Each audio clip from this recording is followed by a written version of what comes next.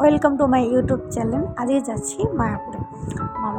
মায়াপুরে হলো আমার মামার বাড়ি। তো বিয়ের প্রায় 1-1.5 বছর পর যাচ্ছি, এতদিন যাইনি।